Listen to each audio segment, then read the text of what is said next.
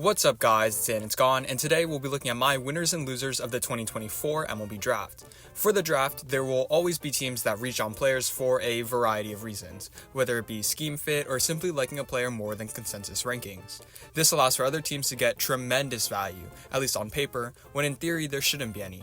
This value determines who initially are the winners in this draft, and vice versa, there are also losers. Teams who either reached on players based on consensus rankings or have questionable long-term plans of their players. Of course, if I actually knew the winners and losers of this draft, I would be working in an MLB front office, which I don't. And as a result, my winners are simply based on who I think got tremendous hauls based on my initial evaluations, and my losers are just teams in which I question the long-term outlook of their draft in relation to what an average draft should bring to a team. However, these predictions could be way off if a new development arises. For example, I initially put the Padres as losers in the 2021 iteration of this video for their selection of Jackson Merrill. A shortstop at the time, I questioned his abilities as a major league caliber shortstop defensively and of the Padres' plan of drafting a shortstop with Tatis Jr. there long term. Of course now, he's a center fielder and may just win NL Rookie of the Year with Tatis Jr. now playing in right field. A huge change in just 3 years. In this video, I will also assume that all selections get signed, but sometimes that's not always the case. But before we get on to the video, could you guys please hit the like and subscribe button? Currently, only 3% of people who watch my videos are subscribed, so if y'all do, not only would it help me grow my channel, but it would also encourage me to create more videos like this one for you guys. Without further ado, let's get on to the video. When I made my farm system rankings video, I made the statement on how the Colorado Rockies had the potential to really have a huge draft to bolster their farm system, and through the first couple of selections alone, they seem to have done just that. For starters, with a third overall pick, they selected the best player on the board in my opinion in Charlie Condon. He had a monster, record-breaking collegiate season that has one of the best powered tools that I've ever seen, with a polished hitting profile as well. Defensively, in the large Coors Field outfield, he's not the best fit, but his massive power potential in a hitter's ballpark like Coors bleeds tremendous upside for the Rockies' next superstar hitter. However, they not only selected Condon, but also selected Brody Brett with the 38th overall pick and Jared Thomas with their second round selection. Brett may have the best power stuff in this entire draft, as a right-handed pitcher with a fastball that touches triple digits and a wipeout slider to play off of that. In Coors Field, in which one must limit extensive contact to be successful, the overwhelming stuff that Brett has makes it perfect for the Rockies as the potential co-ace of their pitching rotation alongside Chase Dollander in the future if he fixes his command. Lastly, Jared Thomas is a solid left-handed outfield prospect coming out of Tennessee and has the defensive abilities and the ability to spray the ball to all fields at a major league level, a good complement to a team that just drafted the power-hitting Condon. If I do make another farm system rankings video, the Rockies would definitely move up a huge chunk, in large part thanks to these selections. When evaluating Vance Honeycutt, I wanted him to go into the late teens and early 20s because those teams have had a ton of historical success when it comes to developing position players. And Vance Honeycutt, with the right development, has the raw potential to be a superstar in the league as a true 5-tool player. Well, it worked out perfectly for both himself and the Orioles, who drafted him with the 22nd overall pick. Honeycutt will go to the same development team that turned Gunnar Henderson and Adley Rutschman into superstars, and has filled the team with quality position players developed from the draft, like Jordan Westburg, Hudson Kierstad, and Colton Cowser. Well, Honeycutt has the raw potential to be better than all of the above, but needs serious refinement to cut down on his strikeouts against elite-level pitching. No organization do I trust more in unlocking Honeycutt's true potential than the Orioles, who also have the farm system depth to afford to take a risk in a player like Honeycutt, and the major league talent to take their time in refining Honeycutt's approach to unlock the best of his abilities. And outside of the grand slam of a selection that is Honeycutt, the Orioles grabbed a great haul all around, selecting shortstop Griff O'Farrell with the 32nd overall selection, and catcher Ethan Anderson with their second round pick. Both of them selected out of Virginia, Farrell and Anderson are both projected to be plus hitters at the major league level, and although the power was what stopped them from being first-round selections, their all-around game defensively can prove for these guys to be valuable pieces to an elite farm system. The Kansas City Royals here really do benefit from the slide of Jack Caglione, selecting him as a two-way player out of Florida. Caglione, one could argue, may have the highest ceiling in this entire draft, capable of hitting 50 home runs from the left-handed side, while also being a pretty decent mid-to-upper rotation starter or elite left-handed relief arm as well. With Caglione's power threat, he provides excellent cover to Bobby Witt Jr. in this lineup over the long term, and Royals fans should be stoked that they are able to grab Caglione with a 6th overall pick. With the next couple of selections in the middle rounds, the Orioles then continued their strategy of drafting a ton of pitching prospects as well, selecting 7 straight pitchers, including David Shields and Drew Beam in the second and third rounds. Shields, a 6'2" lefty at only 17 years old, will require a ton of time to mature, but scouts marvel at his athleticism and believe that he can be overwhelming with a bolstering fastball that already sits in the mid-90s. And Drew Beam compliments Shields as a 21-year-old coming out of Tennessee, a safer selection as draft pitching prospects come, as he already has a consistent delivery and fleshed-out pitch mix. We learned from the Brewers rebuild the power of drafting pitchers in bulk, as by sheer chance alone, some of them will pan out into being stars, and to continue to find value in that strategy, while also drafting one of the highest upside players in the draft in the 6th overall pick, is a sure win despite losing draft capital in a trade to the Nationals.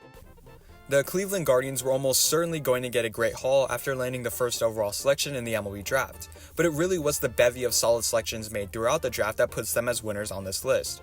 For starters, the Guardians, mired in rumors that they would select J.J. Weatherholt for under slot, selected the best player on their draft board in Travis Bazzana, a second baseman with a compact bat swing that generates uncanny amounts of power, easily a top 10 hitting second baseman in the league immediately, and while the fielding isn't legendary, Bazzana will emerge himself on the major league stage at any position thanks to his elite level bat and approach at the plate.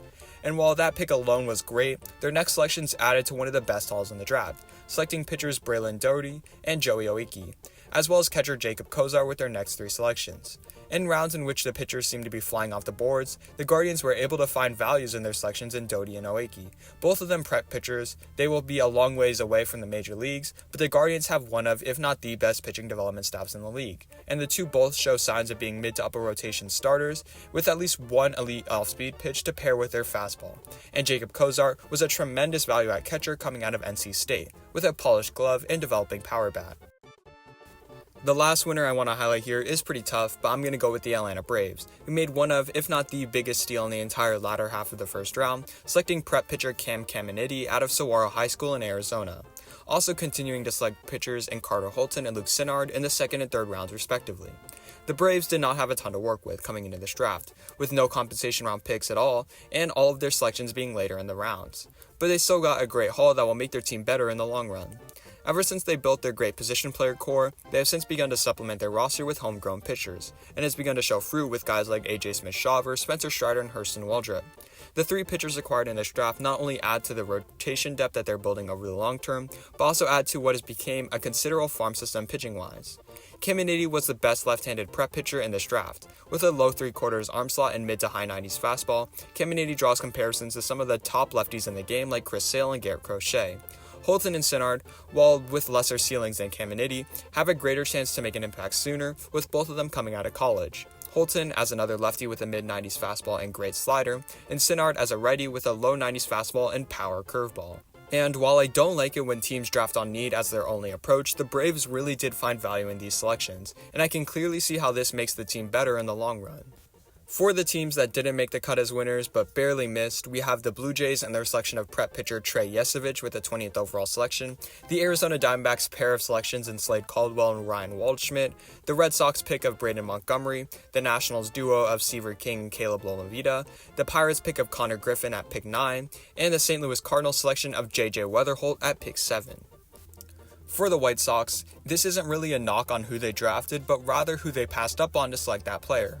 I have nothing against Hagen Smith as a player. Scouts compare him to Carlos Rodon, and although he had some reliever risk with him due to his lack of truly overwhelming stuff, he posted video game-like numbers at Arkansas and deserved to be a top 10 selection. However, the White Sox have a ton of positional pitching depth, both on their major league squad and down on the farm, with Noah Schultz, one of, if not the best pitching prospects in the game, as well as Garrett Crochet, who the White Sox could choose to build around, and Drew Thorpe, who has shown huge promise as a major league starter. Smith is an excellent prospect, as any player drafted with the 5th overall pick would be, but the White Sox need a power-hitting star to add to their ranks, and Caglione fell right into their lap as one of the best power-hitting draft prospects in this draft. For a team in need of a deep rebuild, Caglione is not only the high upside prospect that they could add to their ranks to bolster this rebuild, but has the intriguing talent as a two-way player that can galvanize a fan base to get reinvested in this team after many years of gut-wrenching decisions, something Hagen Smith could not do, even if he does turn into the star pitcher that the White Sox envision him to be. The Miami Marlins made the first real reach of this draft when they selected PJ Morlando at the 16th overall pick. A first baseman with defensive questions, Merlando was projected to be a developmental piece taken in the second round. Scouts who looked at this selection initially believed that this lack of drafting one of the elite power-hitting college bats, but instead choosing to go for some of the lower tier of college bats, meant that they were saving up for another selection that would cost them over slot value. And while they did select Carter Johnson with their second round pick, that I do like in that he's a high upside shortstop coming out of high school, he's a long ways away, and I don't really think that the developmental piece like Johnson is really worth sacrificing what is a premium selection in this deep first round. The Marlins' other selections on day one, pitcher Aiden May and Gage Miller, while decent prospects in their own right, do not make up for one of the biggest reaches in the first round either. The Brewers are in much the same boat as the Miami Marlins in that they really did reach with their first round selection, selecting Braylon Payne with the 17th overall pick. When many scouts saw him as a second rounder, Payne is a developmental piece as a center fielder with plus raw speed, but at only 17 years old needs serious work with the bat and developing power. As a middle round selection, Payne would have an intriguing profile as a potential Gold Glove winning center fielder with a developing bat, but in the first round, surrounded by not only college players who have developed bats, but also other high schoolers whose offensive approach is already more developed with the raw tools that rival Payne's, this is a bit of a reach. Their next couple of selections, Blake Burke, Bryce Message, and Chris Livonas, while intriguing players in their own right, do not do enough to sway the needle, and in my opinion, could have been signed without drafting a player under slot in the first round. Well, thank you guys so much for watching. Remember, if you enjoyed, please like, share, and subscribe, and comment down below new video ideas. Also, let me know if I missed your team on a winners or losers list, or just simply put your team down and I'll put what I thought of your team's draft. Also, if you have any other ideas for videos, let me know in the comments down below. And without further ado, I'll see you guys in the next one. God bless.